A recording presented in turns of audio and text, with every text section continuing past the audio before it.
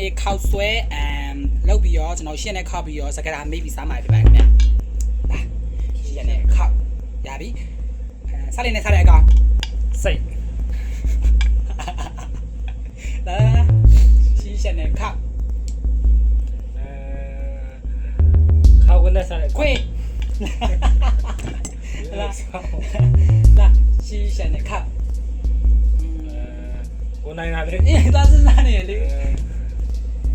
လာလေဟိုမနဲ့စားတဲ့ကောင်မွေးလာလူစားမမြောက်လာရှင်းနဲ့ခောက်ရှင်းနဲ့ခောက်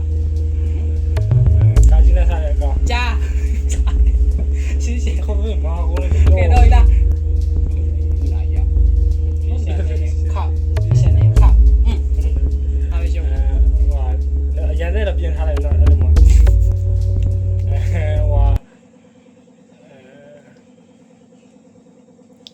လာနဲ့စားတဲ့ကောင်လာပါလာရှင်းနဲ့ခောက်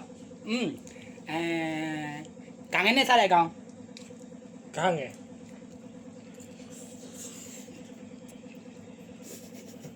ဟေးမရှိပဲနဲ့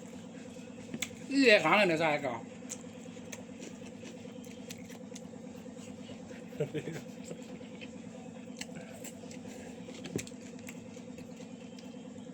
မဟုတ်တော့စဉ်းစားလေကားငယ်နဲ့စားတဲ့ကောင်ဆိုတော့ကားလေးကမသိဘူးလေ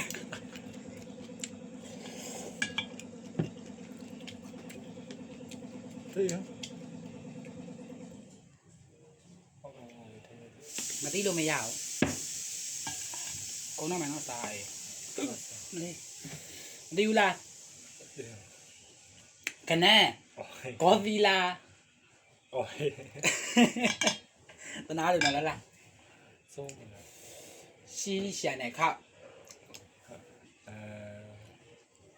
八张的啥来搞？ပိုးဟက်ရဲ့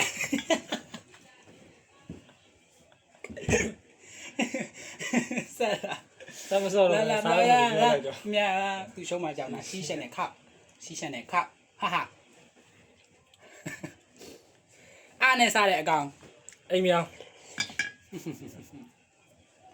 စားရအောင်လူစားခြင်းနဲ့လားထုတ်ထားလိုက်နောက်ခုမြန်ပြောနေခဏနေဒီနားလေးကိုချလိုက်အောင်